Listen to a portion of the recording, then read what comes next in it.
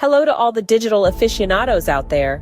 September 20th, 2023 marked a curious announcement from Google Ads, and it's definitely got us intrigued. The buzz, AI is taking a stronger hold in Google Ads.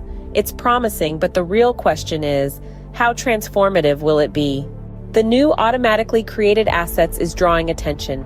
It's like a digital tailor for your ads, fine-tuning them based on their online environment. But will this custom-fit approach prove effective? Time will tell. And here's an international twist.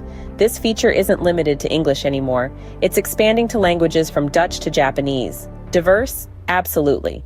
But will it be universally effective? We're eager to see. A little heads up for our US and UK audience. There's a whisper of some advanced AI touches coming your way.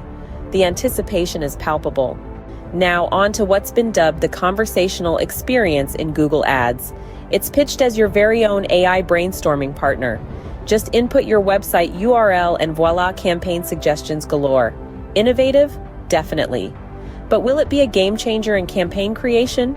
The jury's still out.